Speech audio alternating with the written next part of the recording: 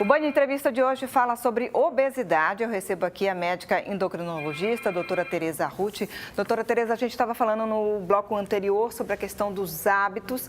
A vida estressante também é um fator, a vida corrida, essa vida moderna também é um fator que acaba influenciando na questão da obesidade? Não tenha dúvida nenhuma, né? Quer dizer, a gente sabe que o estresse aumenta, a ansiedade aumenta, não só aumenta a parte metabólica, como modifica isso, como aumenta também a compulsão pelo alimento, não é verdade? Quanto mais ansioso, mais compulsivo, você acaba engolindo a comida, não mastiga o tempo suficiente.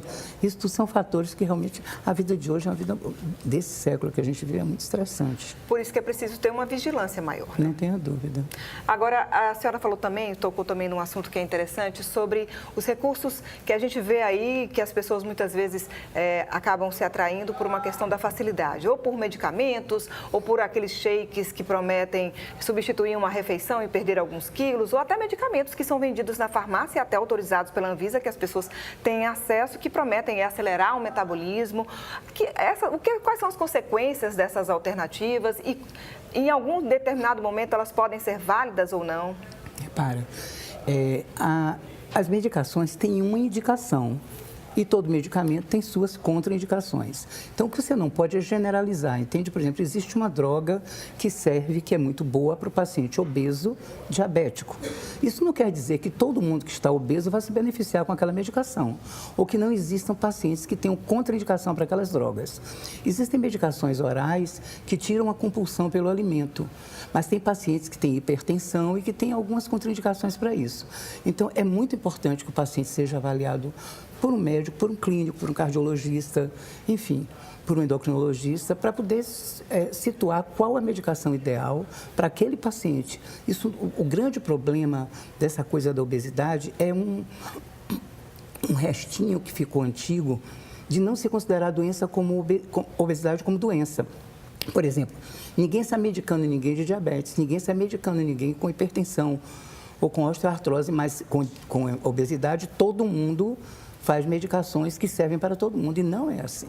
É uma doença que tem características específicas e que traz comorbidades específicas. E como tem essa dificuldade de ser diagnosticado, das pessoas se reconhecerem como doentes, né, uma vez que estão obesas, elas acabam recorrendo para essas alternativas caseiras, dietas mirabolantes, dieta da lua, dieta do abacaxi, da sopa. Aquela pessoa que já tentou todos os tipos de dieta e que, por conta disso, acaba tendo um desestímulo também de conseguir alguma outra alternativa para emagrecer e acaba, às vezes, pensando na questão da cirurgia. A cirurgia bariátrica que tem se popularizado nos últimos anos, inclusive até porque o Sistema Único de Saúde, em alguns casos, acaba cobrindo também. Quando que essa é uma alternativa viável? A cirurgia bariátrica é uma excelente alternativa e é uma indicação, o tratamento cirúrgico da obesidade, para aqueles pacientes que realmente tentaram um tratamento anterior. Não para essas coisas loucas, mas assim, que realmente tentaram fazer um acompanhamento com a nutricionista, tentaram outras alternativas, e a gente sabe que quando o paciente tem uma obesidade mórbida, seja uma obesidade grau 3, grau 4, é muito difícil ele perder peso. Não é impossível. A gente tem lá pacientes que perderam 30 e tantos quilos só com a orientação da nutricionista.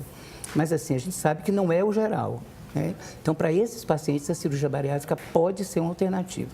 Lembrando que ela opera o estômago, ela não opera a cabeça de ninguém. Isso que eu ia perguntar para a senhora, porque a gente vê casos, inclusive, de pessoas que fizeram a cirurgia bariátrica e voltaram a engordar. Se a doença não é a obesidade, no caso, a doença é a compulsão. Então, se você está tratando a obesidade, não está tratando a compulsão, quando o estômago que era desse tamanho ficou deste tamanho, para onde que vai essa compulsão? Vai, eu lhe digo para onde. Estourar cartão de crédito, você pode ter compulsão sexual e pode ter o álcool, que é o mais fácil, é o mais barato.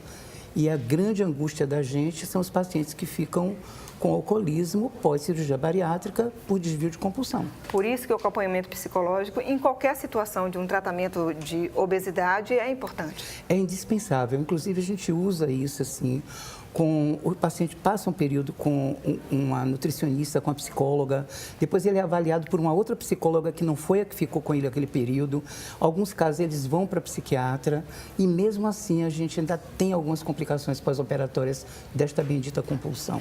E a questão também da continuidade do tratamento, porque uma vez feita, por exemplo, a cirurgia bariátrica ou uma reeducação alimentar, em que a pessoa consegue ali ter uma redução de peso, mas é importante se pensar que é um tratamento continuado, uma vez que é uma doença crônica. Pois é, essa é a grande preocupação, ou seja, o paciente opera, faz um pós-operatório, faz um pré-operatório legal, faz um pós-operatório bem e depois ele some.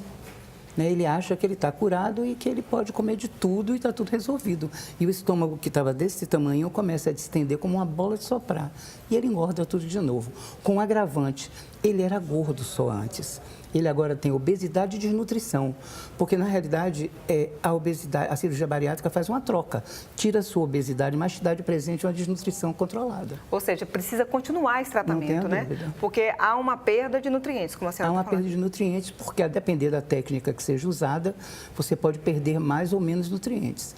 E a reposição tem que ser feita, e a vigilância tem que ser constante. E a escolha dessa técnica depende do quê? A escolha é uma indicação do próprio médico? Depende do quadro clínico do paciente, depende do nível de obesidade, depende se ele tem refluxo ou não tem refluxo, enfim, se ele tem uma esteatose hepática grave, se não tem. Então, cada caso é um caso e tem que ser analisado pelo clínico e pelo cirurgião. E a escolha, a decisão de fazer a cirurgia bariátrica não depende somente do peso, né? Assim, em determinado peso, a partir de tantos quilos, é indicada a cirurgia bariátrica. Não é assim, bem assim? Pela norma ministerial, acima de índice de massa corporal acima de 40 ou entre menos de 35, 40 e agora até menos do que isso, se ele tiver alguma doença que comprometa a qualidade de vida dele. Lógico que isso não pode ser o único parâmetro. A gente tem que fazer uma avaliação para ver se a parte emocional do paciente, se a adesão dele pós-operatório vai funcionar, senão é horrível isso. A senhora falou, inclusive, que lá no CEDEBA, lá no Núcleo de Obesidade, existem pacientes que estão até, digamos, com peso menor e acabam passando na frente para poder fazer a cirurgia bariátrica. Aí você tem que levar em consideração qual é a morbidade. Por exemplo, o paciente tem diabetes de pouco tempo de evolução. Ele vai ter um resultado melhor para o tratamento do diabetes dele pós-cirurgia do que aquele paciente que tem 20 anos de diabetes, que é insulinizado, ele já tem um pâncreas desgastado, então o resultado dele com relação ao diabetes no pós-operatório, ele cria uma expectativa que não vai acontecer. Tá certo, a gente vai dar mais um breve intervalo e o Band Entrevista volta daqui a pouquinho.